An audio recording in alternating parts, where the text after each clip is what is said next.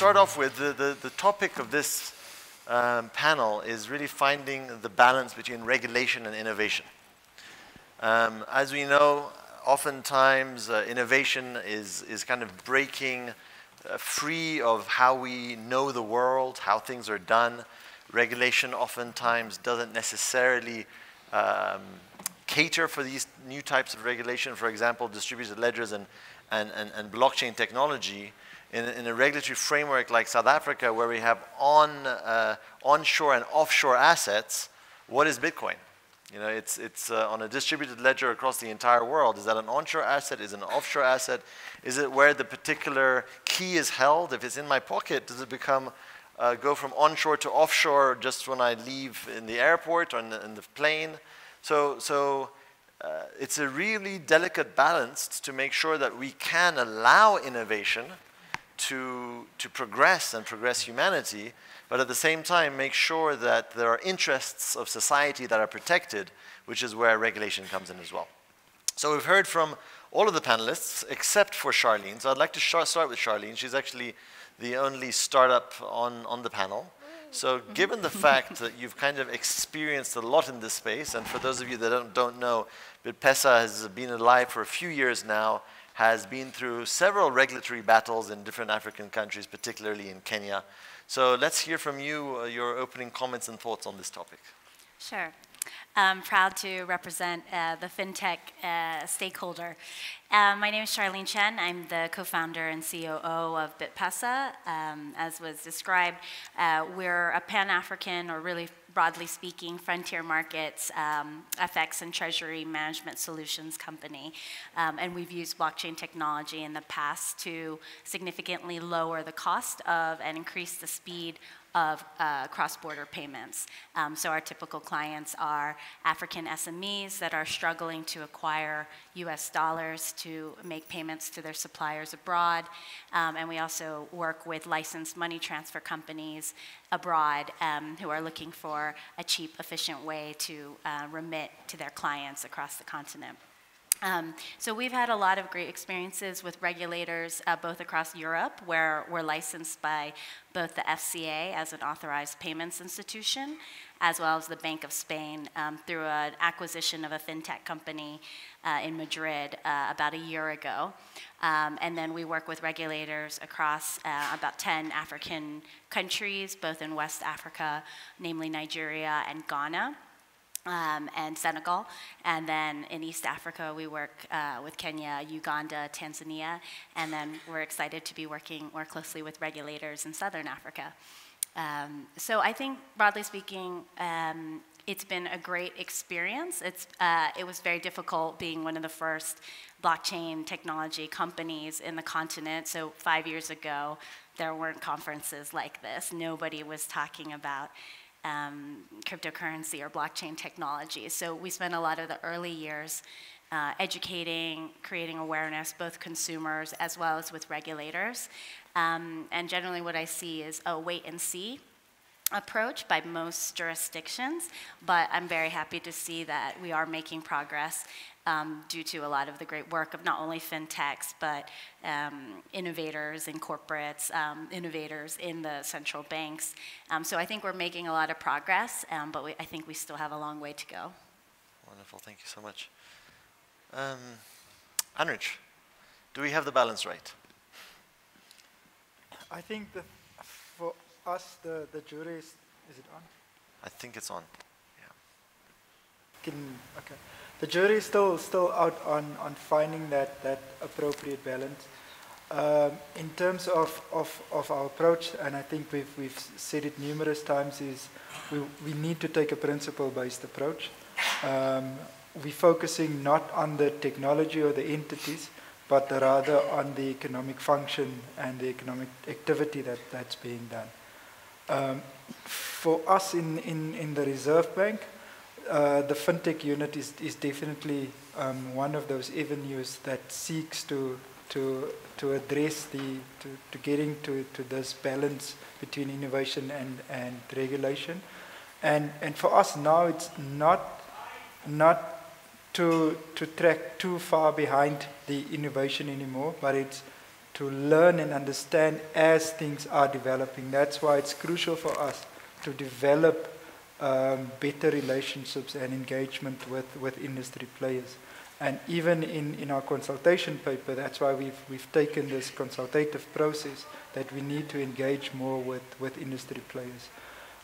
Hopefully with the establishment of our innovation hub, that will even further address to bridge that gap between the regulators and the industry players. So the Innovation Hub will try to establish a regulatory sandbox, an accelerator, as well as a regulatory guidance unit that will assist fintech players specifically and other incumbents as well, but to navigate this regulatory architecture. When do we expect to see that sandbox in play? Is there a timeline that's given from the SARB? I must confess we are behind our timelines as it is. We wanted to implement it by last year already. We've taken a stance to change our approach. Because we think it's such an important structure, we thought it's rather prudent that we take time to actually implement it. We're now in a tendering process that we will obtain a consultant to assist us in actually assist in developing this specific structure to establish the innovation hub. Okay, so we'll hear soon, hopefully, what the timing is. Watch this space. Watch this space. So I'm going to, again, it's early, we've still got some time. I've got a few questions, but if any of you have questions, please raise your hand so I can see your hand, and we'll get a mic to you. JP, so the way this question is framed, it sounds like we've got regulation on the one side, and we've got innovation on the other side, and these things are competing, and one has to give, for the other to kind of proceed. It sounded like you guys have framed this question completely differently in Malta. So in fact, you've, in a way, used regulation to spur innovation. So maybe you can share some of the thoughts about that, rather than framing the question as two sides of the spectrum. How do you bring those two together?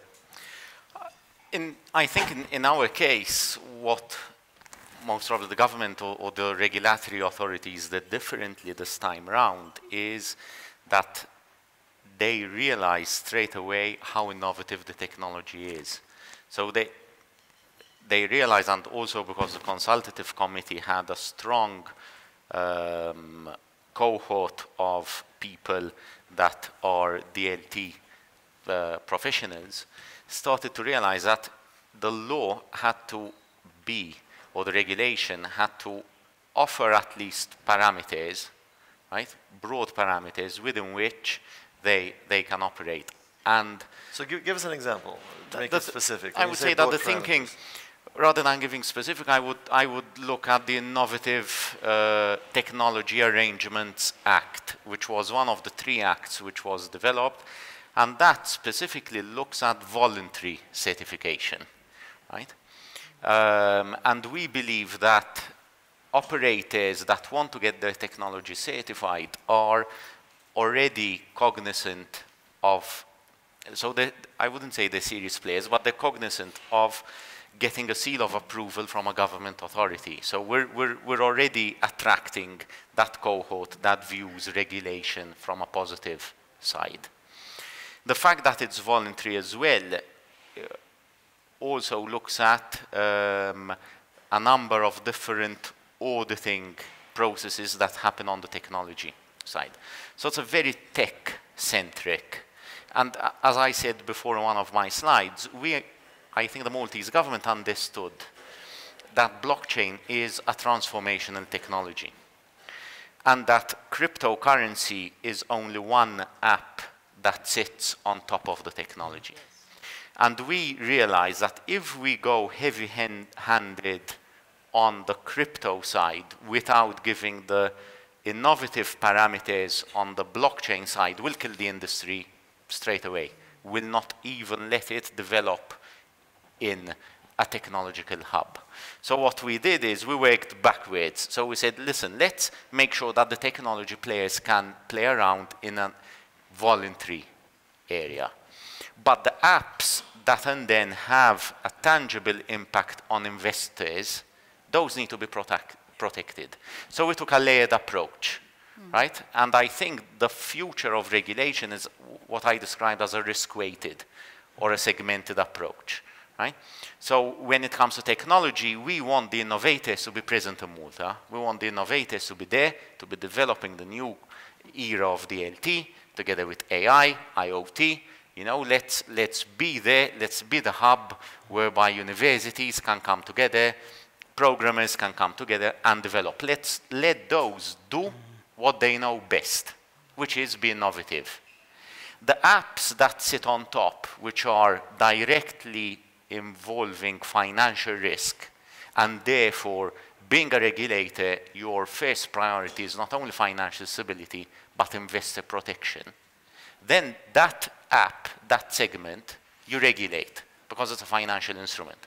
But the technology is not, you know? So I think that is the balance. The balance is, as Shrek says, you know, that life is a sort of onion with different layers. I think blockchain is that. So Well said. Thank you. So the solution to regulation is Shrek here. pretty much so. So it sounds like you were both saying similar things, actually. So from a principle basis versus a segmented basis, not regulating the technology, but the uses of that technology. We've got a question from Mark right over here. You feel free to direct it at anybody in the audience. Thanks. Or to generally. Can you? To Mr. Chen, I'd be very interested in your opinion around whether your relationship with the SEC gave you a certain level of comfort with the regulators in frontier markets. So whether they took comfort from that relationship because they didn't really grasp the issues, or whether there was a different relationship. So I assume you're speaking about the U.S. SEC. Okay. So actually, even though I am American, as you can probably tell from the accent, we don't operate in the U.S. So we predominantly operate in Europe and across Africa. And I think also, as JP was saying, I think it's very important for both the regulators and the innovators to differentiate what we are, because there's lots of different use cases for blockchain technology. So BitPesa uses cryptocurrency as very selectively, and actually in a fraction of our transactions, as a token of settlement with a global network of counterparties. So we're essentially using crypto as exception basis when we don't have liquidity on the other side of the trade. So an example would be a payment needs to go to Dubai. We don't have liquidity in dirham, but we accept local currency across Africa. We accept that locally. We send Bitcoin to our partner in the UAE, and they do the last mile distribution. So we're really not treating cryptocurrency as a security or as a token per se, as an asset, but really just a token of settlement. So we've actually not engaged directly with the SEC, although we're registered with FinCEN, and of course as an FCA regulated entity, we have to comply with a very stringent KYC AML that's subject to PSD2 directive, and we apply the same policies across all the African markets where we're not regulated. Thank you. I've got a question, then we've got another question in the front. This question is for Loretta. So are the regulators scared? You've been speaking with a lot of them. If we look at the amount of innovation as humanity that we've experienced over the past 2 or 3 decades, it's phenomenal. Right? There's been an explosion of innovation. So when you're sitting in the regulator's seat, and you've spoken to many of them, is this a cause of stress, excitement, fear? What is the feeling that you get? All of the above. So it's interesting. So my first experience and how I started to do this, about 4 years ago, I took a bunch of Bitcoin developers into the Central Bank of Canada. And we were looking, I was a bond trader, so we were looking at something called a DVP, delivery versus payment. The reason the GFC happened was because people like Lehman Brothers were delivering bonds before they paid for. Now, the Bitcoin protocol is instantaneous settlement of we can do things. So, but they sat there and they threw the protocol and they were throwing ideas at the central bank governor, and his eyes rolled back in his head. And it was at that point that I worked out that they were speaking 2 different languages. that he was scared that what they were talking about Bitcoin, and it was not about Bitcoin, it was about the technology. So from that time on, I've spent my career and my life forging that gap between people being scared and understanding, because there's a difference between the technology and cryptocurrencies, and people get very confused. Now, I've got three things to say. What do regulators' jobs do? Regulators protect investors and consumers. That's all regulators do. When we started to talk about cryptocurrencies, the minute we mentioned currencies, ICOs, coins, central banks got very concerned because they thought this came into their mandate. If you look at now how regulators are treating digital assets, so cryptocurrencies are one part of digital assets. The technology itself solves a lot of the problems. Now, we were talking, the last speaker was talking about FATF. FATF, I actually help at the moment, I'm on the development policy board, to get the definitions right. Because if we don't get the definitions right at the AML CFT level, I'm talking about really serious counter-terrorism financing, and what we're talking about, we're not talking about virtual currency, we're not talking about digital currencies, we're talking about digital assets. So we need together as regulators, and I'm not talking about just financial services regulators, regulators across the world, to have a uniform language, to be harmonised, because if one is different to the other, it all goes pear-shaped. I can't do my job with investor protection and consumer protection if FATF are telling me that the definition is a virtual asset. It doesn't work. So that's why I work very quickly across all these, because it all comes into play. So are they scared? Yes. Are they excited by the technology? Yes, because the technology in itself solves a lot of the problems that we've had around KYC, AML, investor protection for many, many years, because we didn't have technology. Are they excited? Probably not, because they're a bunch of 50-year-olds like me. But one thing I do say to them, it's like, how often does your kid use their mobile? Your child probably knows more than you did at 40, at 15 than we do now. So we need to be, regulation is never going to keep up with innovation. Regulators always look back, not forwards. But we're in a very specific time in history where everybody has access to information.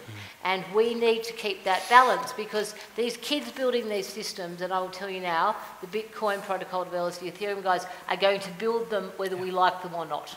So if we don't incorporate them in the dialogue with regulation, we don't include them in collaborate, they're going to build systems outside the financial system, which is going to create two parallel systems which the world doesn't need. We have anarchy, or do we have centralisation, or do we all meet in the middle and work on a better system to work for the next generations? Thank you so much.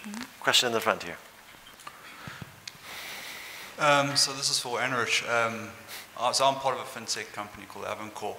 And it's great to hear you talking about a sandbox framework, and you talk about a tendering process. I mean, this is something that we would love to get involved with.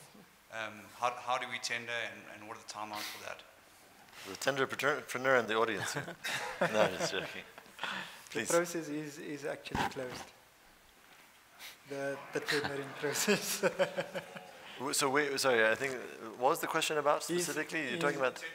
He's asking about, if I got it right, you're asking about the establishment of the broader innovation hub. And I mentioned that we're going through a process where we get consultants to assist us in establishment of that. And I think your question is also how to get involved in the sandbox itself. Yeah, with the sandbox, right? Yes. Yeah, not necessarily setting up the sandbox, but getting into the sandbox. Yeah, that as well. Okay, both. Question involves fintech. As I mentioned, once that process is established, part of the layout that we've given to the consultant is actually to elaborate on a operating model. So once that is done, then we can say exactly how the interaction will be. One of the issues that we're currently discussing among regulators is how does this setting up this structure, how do we make it coherent for all the regulators? Should it be, the questions are, should it be one sandbox, for example, or innovation hub? Should it be that FISCA has one and we have one and there's just a coordinating mechanism between us? Those are all questions that I think through this process needs to be answered for us. We've done it in Mauritius very well, so I'm very happy to give you some tips, and I did it in Australia. I think you need two separate sandboxes, one for fintechs and one for anybody that's just trying to build technology. So what's the last one you said? One for So fintechs and one for what? If you're doing a fintech business, you come under the financial services regulator, you're under the sandbox, you play around, you let us watch. If you're just a tech company and you're building widgets on techs, that should be operated by the Economic Development Board. I think they need to be two separate. Okay. So our focus will definitely specifically be on fintechs. I should also mention that the Abu Dhabi Global Markets regulatory fintech sandbox is something that BitPesa is a part of, and they announced a few weeks ago that there's actually a global consortium. I forget the official name, but it allows you to kind of passport your sandbox membership to Australia, Singapore, Hong Kong, and a large number of other jurisdictions. That's an IOSCO recommendation. I sit on the board of IOSCO, so it's all the international regulators are now passporting companies between the sandboxes, which is very, very good. Great. So that brings me to my next question, which is for the two lawyers on the panel.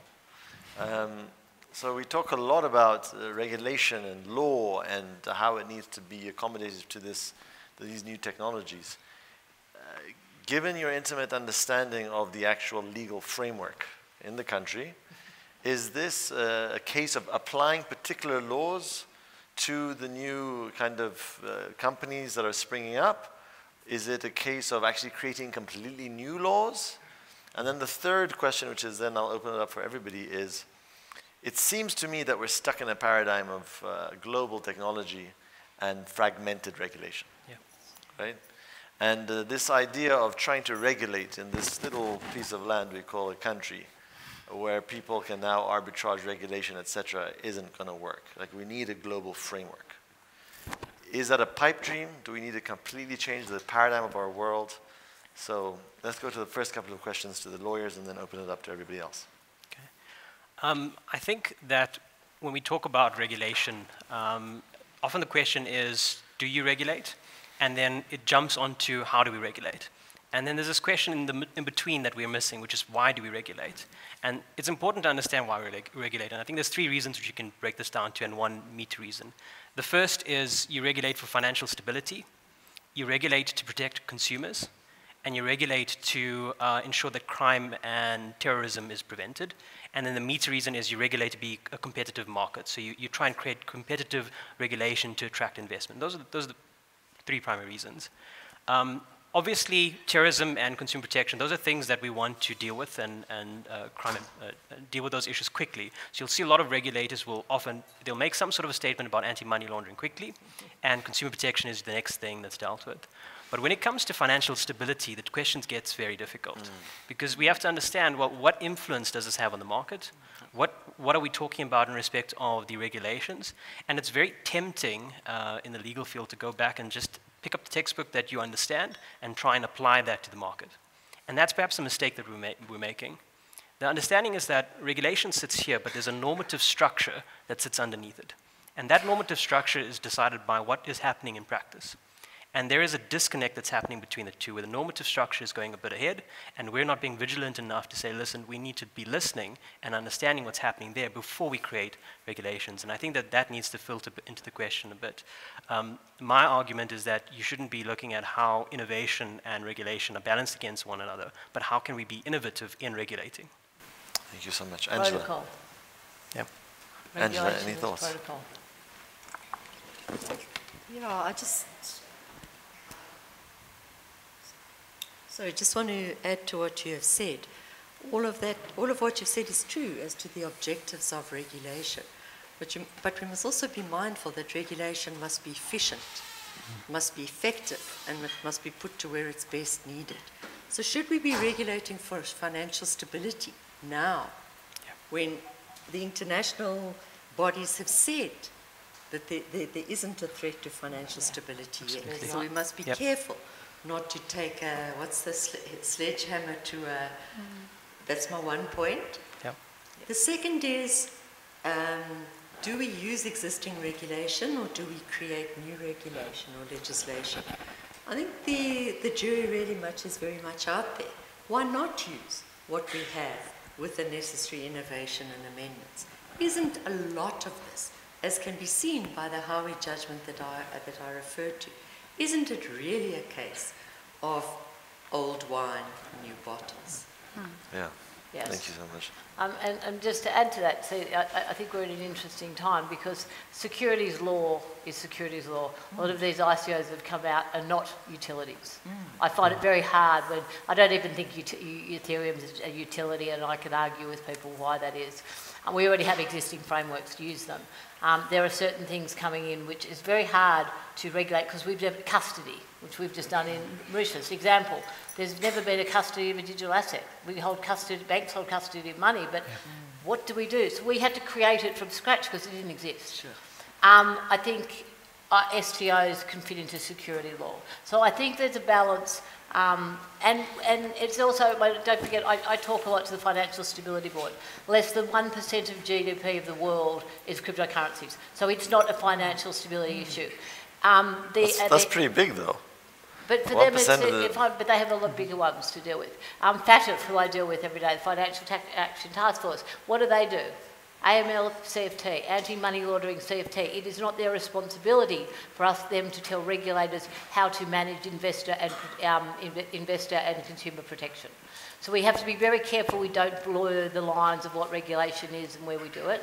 And we have to look at, we can retrofit a lot of what we have, but some things we can't. So we have to figure that out, what we retrofit and what we actually create new. So it's a very interesting time in history because we've never actually seen this since the internet. And the internet, we did a really bad job of it.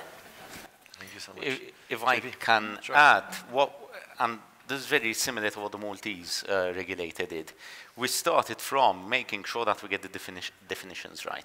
And that's why I mentioned the financial instrument test. So the financial instrument test is there to determine what type of token it is.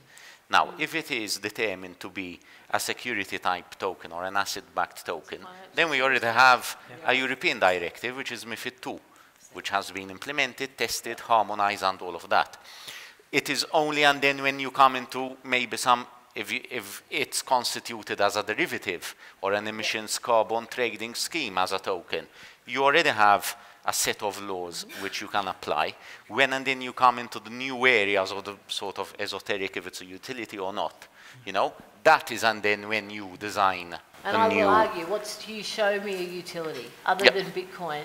There is not one ICO that I've seen in the world at the moment that is a utility, even Ethereum. If you are raising money to make money, you're an investment, you are a security. I don't care what you tell me. If you may go and start life as a security, then you go and build the next Google, then you're a utility. But all these people saying, we're a utility, we're going to build this great infrastructure, show me one that's done it. Well, I think for us, it just comes back to the activity again. So crypto assets all crypto assets aren't the same. So we need to establish and find out what is the specific financial services that's being delivered and in what form does it come with. And then you can then assess, are there applicable regulatory frameworks that you can apply? Okay, thank you. There's a question in the back, but before I come to that question, Loretta, I want you to answer after this. In your own mind, what is the definition of a security in one sentence? But think about that for a moment. Yes. If you are trying to make money... One second, think about it, please. So thank you all for your time. So we've spoken a lot today about regulation around crypto assets and cryptocurrencies. But can we talk a bit about regulation around digital identities? So maybe if there is a review at the SARB or in Malta or ASHLIN, who spoke yesterday about digital ID. Great question. So let's give Loretta a chance, and then we'll move towards digital identity. If you are trying to start a business and make money, and you're expecting an investment and a return on that, you're a security. If you are trying to make money by issuing something to make money out of issuing something, you're a security. And what if you're not promising anybody anything? Sorry? If you're not promising anyone anything? Because people may be doing that, but is gold as a security? So gold, and that doesn't fit into your definition. Put in your business model, in your way. If you were saying so I look at it at Ethereum or just anything. Probably going back in history, Ethereum would have been deemed a security. I think Bitcoin hasn't because it has very different properties. So I think there's hybrids, and this is what we wrote this is what we wrote in Bermuda, and it was an interesting thing to me because I was a security trader. So if I'm trying to make money, I'm in security. But the interesting thing between a utility and a security is a utility, yes, you're part of a network. You don't get equity in a business. Now, I think this is where securities regulators have really struggled, because when you are a security, you get equity in the business. These things don't get equity in the business. So what I said to everyone when we wrote in Bermuda, you can have a hybrid. There's no reason you can't be a security. Just say that. And then you might develop into a utility. You might go and build Google 50. We don't know. But be honest about why you are doing what you're doing. If you really generally just want to raise money, you're a security. If you really, really think you're building a protocol that's going to be the next Google 50, you're still got to raise money, and you're still going to get people to give you money to do that. So there has to be flexibility, and I do agree with that, but I don't think that I have seen one thing, that one project that's come to me that is an actual utility, and that includes Ethereum. Thank you. We can discuss that in a moment. Yes, Angela. I just want to touch on this very, very briefly, because it's something that I'm really struggling with. It's a real case where the G token is the underlying is a gold token. Gold, to your question whether that's a security. Now, we've come to the view that whatever it is or isn't, it isn't a security. I know it's open for debate. Explain more. Why do you say that? Yeah. Just because the nature of this holding and the fact that you can take delivery, and it's not to hedge, it's not to play in the derivative space. There really is no profit or wanting to make. So it's asset backed. Yes. So then this is a different. It's a security token, or it's an asset, it's a stable coin, which gets into very cloudy forms now because this is new. Exactly, and that's exactly the point. So while we may have solved for that, we've run into problems that we just can't solve. Is it a derivative? If you look at the new OTC regulations, it is, if you look at the enabling legislation, but if it's physically settled, does it take it out of those regulations? And it's an interesting point. So when I started doing this a year ago at Bermuda, we wrote the ICO regulation because everyone wanted to talk about it. The market was at a hype. The market stopped because regulations have come in. My point now is, and I've said to everyone in the last 3 days, security tokens will be $1 trillion market. Stable coins will come in. Nobody had even thought about this 6 months ago. So we as regulators the regulators I speak to don't even know what a stable coin is, or a central bank. I now have to run to figure out how we can start to regulate these things or put guidelines around them, because they didn't exist 6 months ago. So what happens in the next 6 months? If we as regulators can't even keep up, and we've missed what we did with ICOs now, what comes out in a year? This is my point, that we have to at least be on par. So we can't look back. So I think two main things that are coming out quite strongly is, number one, there's an element of education to make sure that both the innovators and the regulators are on the same playing field, and that they understand one another about what they're talking about. And what comes with that is also definitions, so that making sure that people have the same definitions, otherwise we get stuck at base zero about what we're actually regulating and what we're not. JP. And I think one of the biggest challenges that regulators will face, especially lawmakers, is making sure that all the laws are coherent between each other.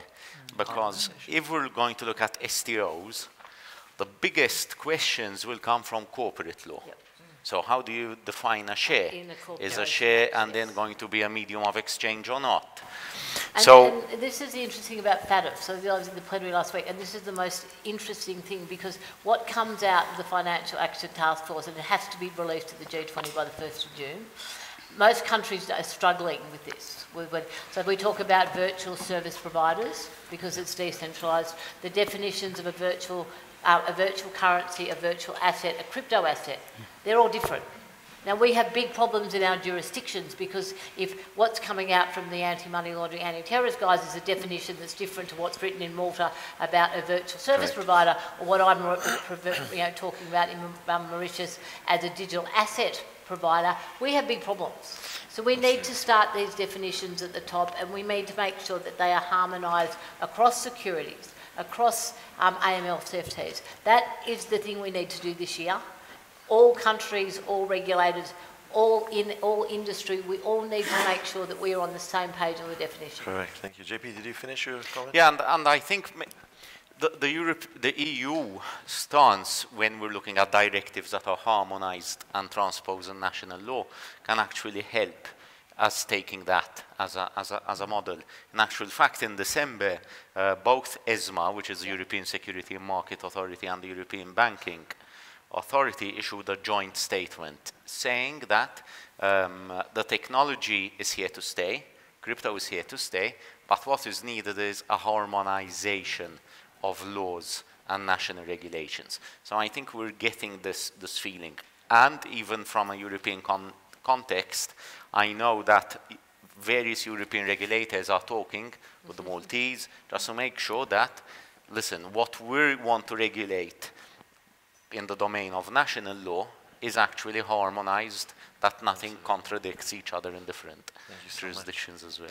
All right, I'll come to a question from Atish in a moment. There was a question about identity. And what's really interesting is that, you know, oftentimes people talk about blockchain technology and cryptocurrencies, etc., and you think, okay, that belongs to the SARB. But in this country specifically, for instance, identity is the domain of the Department of Home Affairs. It has nothing to do with the SARB. So any thoughts and comments on that, the question of regulation on identity, given that none of you are from Home Affairs, but any thoughts on that? Just probably from our side, digital identity has been one of the areas that we would want it to be more involved in. As you explicitly mentioned, it's not within our regulatory mandate, but we're trying to sort of assist in getting this up and running. I think SAFBC is doing some brilliant work on that, and we're trying to be more proactive on the committee as well, in trying to assist in their endeavors. The other issue is definitely to get Home Affairs on board. National Treasury has been in talks as well with us of how we can get the different stakeholders and the regulatory forums in one room to address specifically digital identity as well. Wonderful, that's encouraging. ASHLIN. I wanted to make the one comment that I think that there hasn't been enough attention on identity, and it goes back to why do we regulate? And if you look at Article 4 of the Human Rights Convention, it says there that there is an inherent right to identity that is separate from privacy, distinct and on its own. But the jurisprudence for a long time has focused on privacy and privacy legislation. And what that means is that from the perspective of protecting the consumer and giving them an inherent right to identity, there hasn't been enough jurisprudence that's been developed around this. Now, why I think that's important is there's 1 billion people in the world right now who can't prove their identity. It's 2 billion. 2 billion people right now in the world that can't prove their identity. The number then keeps growing. And the problem with that is that this is a technological solution that can solve that problem. And if we deal with the regulation around that in the right way, we can enable it to do that. I think that then comes down from our perspective to start looking at this in more detail and having a mature discussion about, listen, this is a technological question. It's a question where technology can be used to serve human rights, and let's explore that. Let's look at what the ID 2020 is doing, and let's try and create a language around that and start creating more jurisprudence around that. So can I make a comment on that? So I think actually digital identity is the most important thing the blockchain can solve. I sit on a board to the Pope, things happen about the Catholic Church, something called Humanity 2.0. At the moment, we do a lot of work around refugee camps, because when people run from war, the last thing they do is take their passports. There's a lot of displaced people. 2 billion people in the world don't have access to identity. So if you don't have identity, you can't vote, you can't buy land, you can't get a bank account. One of the biggest problems we have in the planet. You narrow that down to what's happening in refugee camps. We are losing, we think, between 6 and 8% of every child that goes into a refugee camp. Where do they go? They get trafficked. So we are trying at the moment on an initiative to work on using the blockchain to digitally ID people, because everyone has a phone. It's the first start of IDing something. If we can add these blocks, To me, digital identity is the most important thing that blockchain can solve. But it works in tandem with things like we all walk differently. It works with AI. How can we create the identities? We can be in villages. People know who I am if I live in a village. They can stake my identity. So we can use social media, we can use a lot of things to do it. We can't regulate it, but I think we can all get together. So in May at the Vatican, we're hosting a group because there's initiatives like the 2020 ID, there's the IMF, there's the World Bank, there's the OECD, there's FATF. We're all working separately on the same issue. So let's, as I said, what this technology does, let's all get together and be collaborative and work together on specific pilots, because I think this is the #1 thing that we can help the world with, is give people identity that don't have it. But that doesn't involve regulating it, because self-sovereign ID on a blockchain in a decentralised world gives you privacy. We don't need to worry about the privacy laws. Thank you. Atish. Hi guys, thank you for the discussion. As usual with me, I mean, this sort of comes a bit from the left field side, but you know, looking at things like regulatory frameworks for this kind of technology, it's interesting to consider basically how regulators and you know, traditional institutions basically are responding. However, the one thing that I think we need to bear in mind is that technology has always effectively run far, far ahead of the regulation for the technology. And as we live in a world, especially with technologies like this, the regulation basically is lagging further and further behind as technology is accelerating along an exponential curve. It's getting faster, but regulation is still moving roughly at the same speed. One thing that strikes me as very interesting when I consider this at a global level, and also like, you know, into the future, is that the most powerful thing about you know, things like cryptocurrency, things like decentralized finance, things like blockchain, self-sovereign identity, is that what it's doing ultimately, it's giving a lot of agency back to individuals who want to use this technology. I mean, if you consider things like, you know, in spite of the regulation that we had, and obviously, I mean, you guys are not representative of this, but if we look at something like the 2008 financial crisis, right? I mean, that cost the world ultimately something like $20 trillion or something. It was felt everywhere. And ultimately, a lot of, like, millions of people lost their jobs. And however, but the thing is, they didn't opt into this system. They had no choice with regards to where their money was invested in pensions and into how their money was actually being managed. But using technologies like Bitcoin, technologies like blockchain, allows you to have that agency. I have the agency to choose how I want to keep my financial sovereignty, and if I make the wrong choice, I lose my money. But it's my choice to make. Often what we have are, even in highly regulated systems, I mean, Danske Bank last week, $230 billion of money laundering. After, you know, the 2008 crisis, we still have gaps like this in the regulatory framework that's meant to actually govern the banks of the world. I think you've watched Banking on Bitcoin, haven't you? Yeah, of course. It's a good movie. But the point that I'm making, or at least with regards to frameworks like this, is that what we have, I think, to regulators is the first is almost zero friction global black market. And black market, you know, is traditionally used in a bad way, but often in countries where their currencies have collapsed, black markets are the way people survive. And ultimately, what we have is almost like a global black market. One of the other things about this is that from a technology perspective, a lot of the initial philosophy and the design of these systems is actually meant to be censorship resistant. So in spite of having regulatory frameworks, there's always the possibility that people would say, cool, I'll use this technology, the Tor network, and ultimately bypass all of this and go completely dark. For the first time, we have the ability to do that. What is your view on the future of these kinds of regulatory frameworks in the face of technology that is innovating rapidly, globally, as well as failing in broad daylight? People understand exactly when something fails and why it's failed and learn from that. So what we have is a situation where, I mean, if you consider, you know, a central bank in a country whose currency has collapsed, ultimately what happens to the people that are using that currency and are forced to use it by legal tender laws, it means that ultimately this is all gone, I have no choice. But the bank basically continues to operate. It's propped up, but it's propped up at the expense of their citizens. But in this case, when something fails, people lose their money and they're burnt. ICOs basically in 2017 were huge. A lot of them collapsed, and people now globally have this view that ICOs are scammy, and I'm going to stay away from this. they are ultimately self-regulating how they choose to use their money. So just my question is your view on the long-term viability of these sorts of frameworks, and whether we'll ever see some sort of workable, enforceable global framework for technology that is already outstripping the pace of regulation. Wonderful question, wonderful question. So I think let's answer that question and also make our concluding comments, and then we'll wrap up the panel. So technology, I can't stop. I can't stop my 14-year-old using technology. She had something called Crypto Kittens. Thank God it fell over because the network didn't work. We cannot stop kids. We cannot stop people using technology. But I've been an asset trader for a long time. Risk is risk, and no one asset class goes one way forever. And I think cryptocurrencies was a very, very good proof of that, because everybody was jumping in that had no knowledge about risk.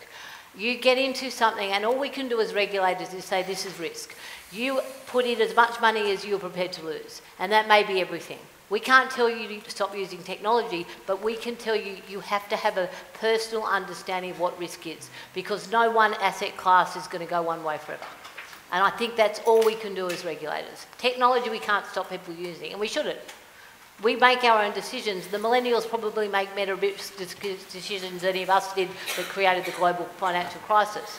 But we have to say risk is risk, and you need to understand what your risk parameters is and what you're willing to lose.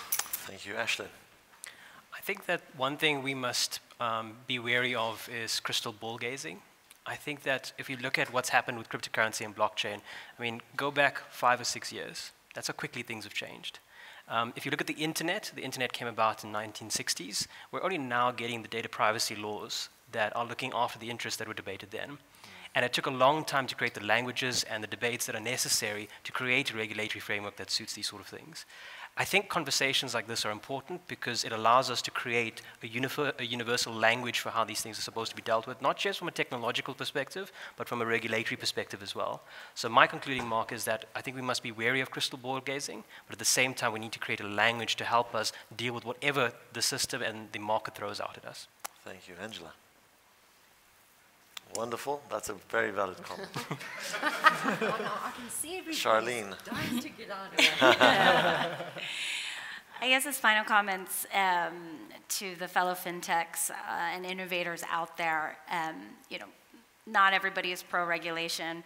We have a very pro-regulation stance because I think, pragmatically speaking, until there's this utopian world where we do control all of our own assets and our identity, and public transport, like our whole lives don't involve other public systems. I think the reality is that we live in a regulated world, and I think there's a purpose to banks and there's a purpose to regulators, and I'm not just saying that because we use banks and engage with regulators. So I would say, like, if you're involved in payments and anything that involves money transfer, you got to get on the KYC, AML, CTF boat. Like, I think the days of these sketchy ICOs and sketchy money transfer and not knowing what's going on are over. And I encourage using tools like Elliptic.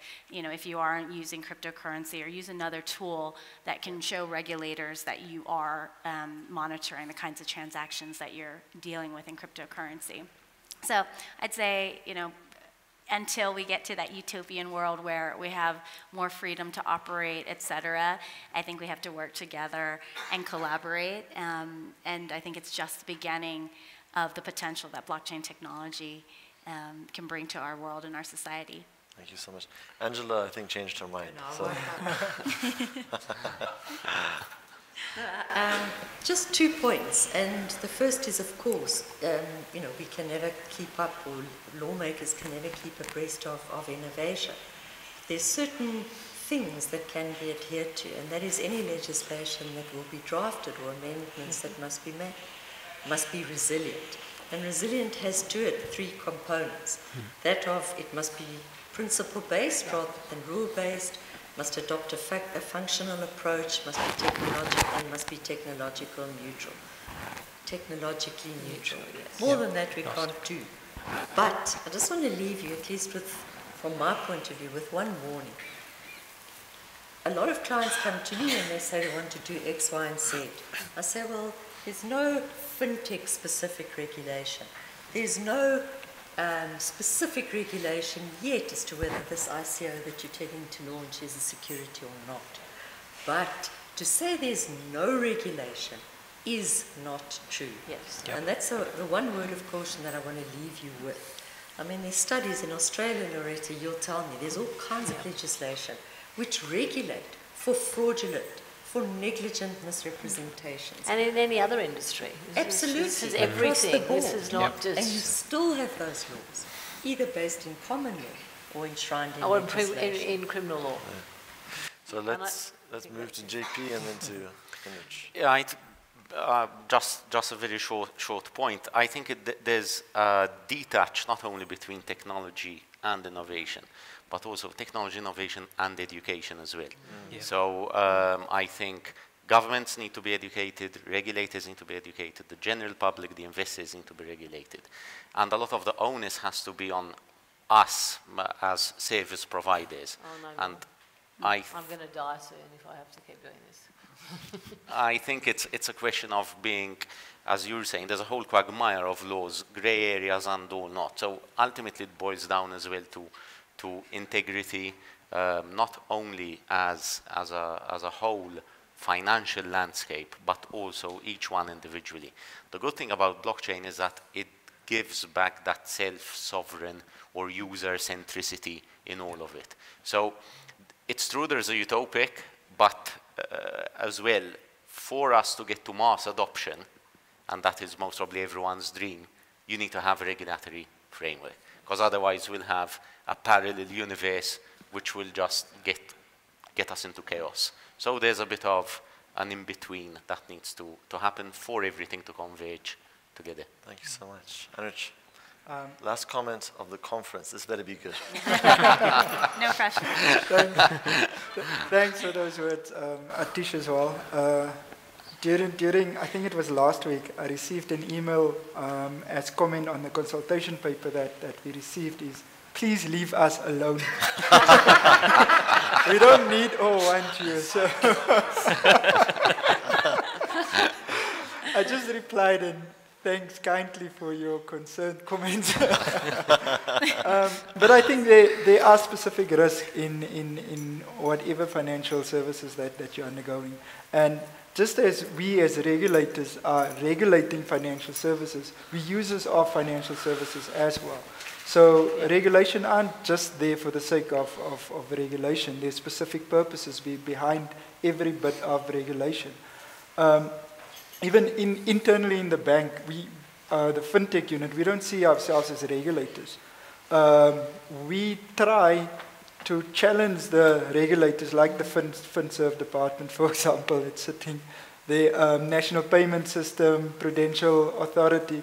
So internally, we are also trying to challenge them to see, is there a different way of looking at it, challenging existing regulations as well. Wonderful, thank you so much. Let's give them a round of applause, please.